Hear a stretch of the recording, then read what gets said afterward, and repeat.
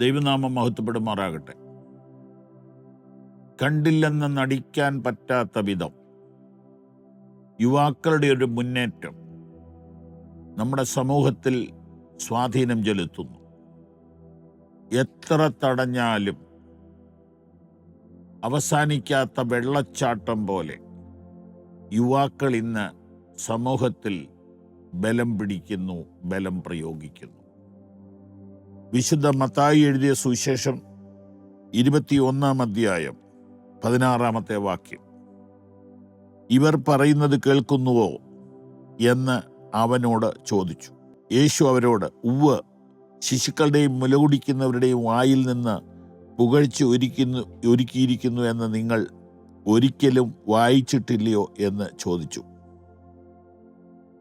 കർത്താവും ശിഷ്യന്മാരും കൂടെ ആലയത്തിലേക്ക് പോകുന്ന ആ വലിയ ജാഥയുടെ ഇടയിൽ കുട്ടികളും യൗവനക്കാരും ചേർന്ന് ആ ജാഥയെ തന്നെ അട്ടിമറിച്ചു. കുട്ടികളുടെ ശബ്ദത്തിന് പ്രത്യേക ആകർഷണം ഉണ്ടല്ലോ. അവരലറി വിളിച്ചു, ദാവീദ് പുത്രന് ഓശന്ന. നിഷേധിക്കാൻ ഒക്കില്ല. ഒരു കാലഘട്ടത്തിലും യുവശബ്ദത്തെ നിഷേധിക്കാൻ ഒക്കില്ല. അടുത്ത ആ കാര്യം തന്നെ ലൂക്കോസ് എഴുതുന്നത്, പുരുഷാരത്തിൽ ചില പരീശന്മാരോ അവനോട്, ഗുരു, നിന്റെ ശിഷ്യന്മാരെ വിലക്കുക എന്ന് പറഞ്ഞു. കുട്ടികളെ വിലക്കണം. അവരിങ്ങനെ ഒച്ച വെക്കരുത്, അവരിങ്ങനെ ആരാധിക്കരുത്, അവരിങ്ങനെ സ്തുതിക്കരുത് എന്ന് പള്ളിപ്രമാണികൾ വിലക്ക് കൽപ്പിക്കുകയാണ്. ഒരു വേദപുസ്തക പഠിതാവെന്ന നിലയിലും ഒരു സുവിശേഷൻ എന്ന നിലയിലും സമൂഹത്തോട് കടപ്പാടുള്ള ഒരു മിഷണറി എന്ന നിലയിലും പറയുന്നു, യുവാക്കളെ അവഗണിക്കാൻ കഴിയില്ല. അതുകൊണ്ട് എന്ത് ചെയ്യണം? യുവാക്കളുടെ തോന്നിവാസത്തിന് മുഴുവൻ കൂട്ടുനിൽക്കണോ? വേണ്ട, ഒരിക്കലും കൂട്ടുനിൽക്കണ്ട.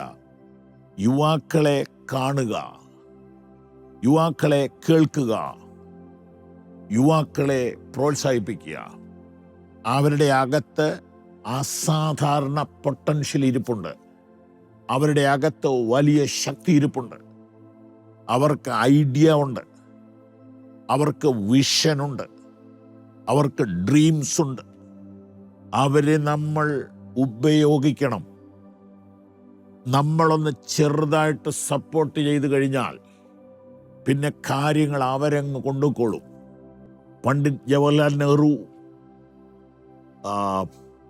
APJ അബ്ദുൽ കലാം, ഇങ്ങനെ ലോകത്തിലെ വൻകിട ദർശകന്മാരെല്ലാം യുവാക്കളുടെ കൂടെയായിരുന്നു. യേശു ക്രിസ്തുവിനെ കുറിച്ച് ഞാൻ എത്രയോ പ്രാവശ്യം പറഞ്ഞു, കർത്താവിൻ്റെ ദൃഷ്ടി യുവാക്കളുടെ മേലായിരുന്നു. നമുക്കിനിയും യുവാക്കളെ അവഗണിക്കാതിരിക്കാം. ഒരു നല്ല ഇന്ത്യ, ഒരു നല്ല കേരളം, ഒരു നല്ല സമൂഹം, നല്ല സഭ ഉണ്ടാവട്ടെ. God bless you.